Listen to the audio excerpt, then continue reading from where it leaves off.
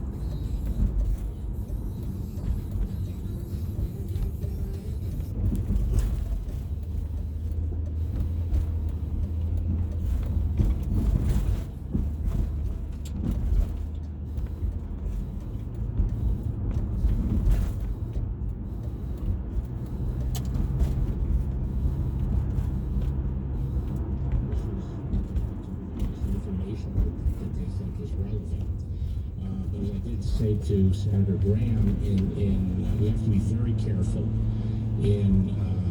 with respect to any information coming from the Ukraine. There are a lot of agendas in the Ukraine. There are a lot of cross currents, and we can't take anything we receive from the Ukraine at face value.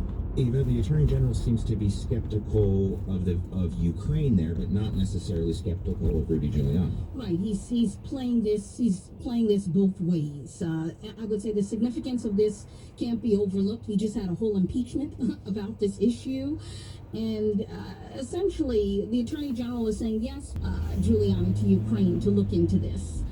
So as long as Barr sort of plays this dual role in both casting doubt and accepting this information, I think we'll continue to see this effort from Giuliani. Ginger. I think it's important to remember that Rudy Giuliani was a prosecutor, and he knows how these systems work inside the U.S. Attorney's Office.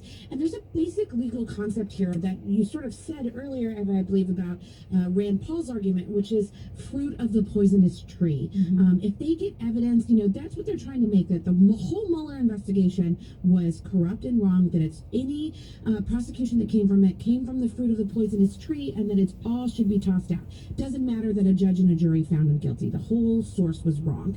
And when you have someone doing extra governmental... Rudy Giuliani himself is under investigation inside the Justice Department for his role with two associates who obviously are trying to defend themselves against accusations that they illegally made campaign donations and were associated with him. So, Attorney General's complex situation here is, as he was describing, crosswinds might be in Ukraine, but they're definitely in Washington too.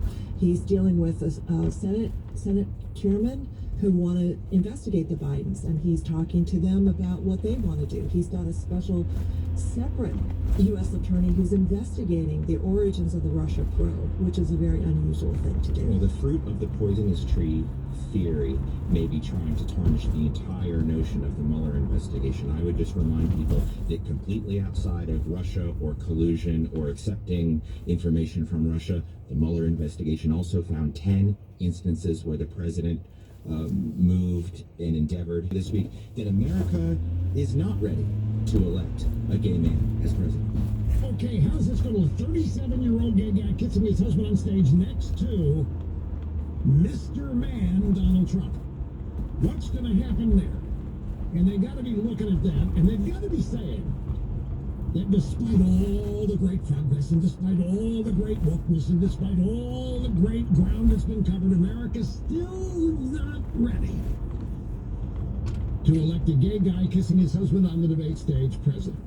Ask me sometime and I can do half of the show in my Rush Limbaugh voice if you'd like to hear it. Eva, what does Rush Limbaugh's comments about a gay man next to a big man on the presidential stage tell us about where this campaign is headed?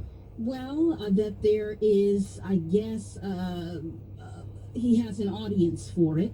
There is an audience for this hateful language. The president is not pushing back on these comments or trying to distance himself from it. So I would imagine that if Buttigieg continues to do well, we'll see more of it.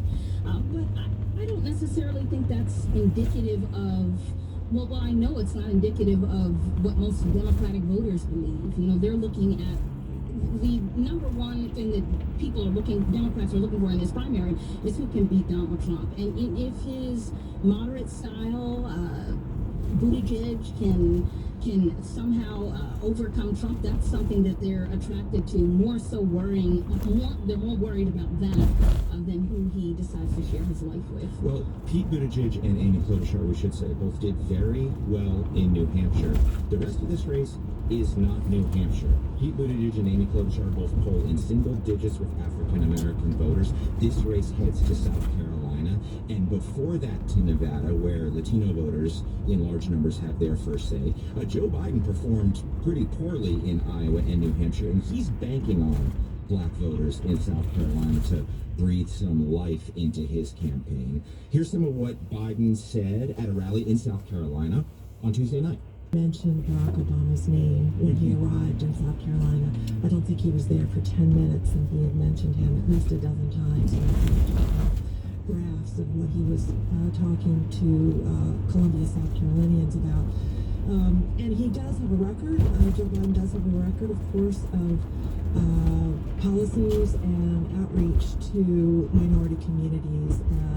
He may have been, obviously taken some drubbing for being a Judiciary Committee chairman in the past, and how he may have dealt with criminal reform or criminal justice. But in this case, he feels like he has strong standing, but he has to use South Carolina as a firewall. Well, AC, for one person, calls Klobuchar and Buttigieg the definition of unelectable. One person's opinion going into Nevada and South Carolina. A little bit of depressing news that I have to give you. Local newsrooms are facing financial pressure, and this week newspaper publisher McClatchy filed for bankruptcy protection. The publisher owns 30 newspapers around the country, including the Miami Herald, the Kansas City Star, the Sacramento Bee. The company said its publications would continue to operate normally, did not immediately announce any layoffs. It's the Friday News Roundup. My reporter experts are here. More after a quick pause on Tots and Look. It's 1 from WAMU and NPR.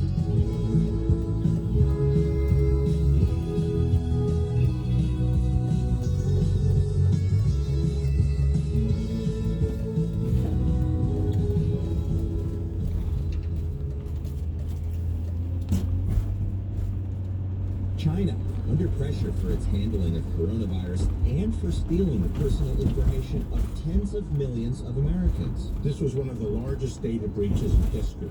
Also political turmoil in Germany and Italy, and to much applause, a South Korean satire walks away with more than one Oscar statue. I'm Todd Zwillick. What's next out on 1A?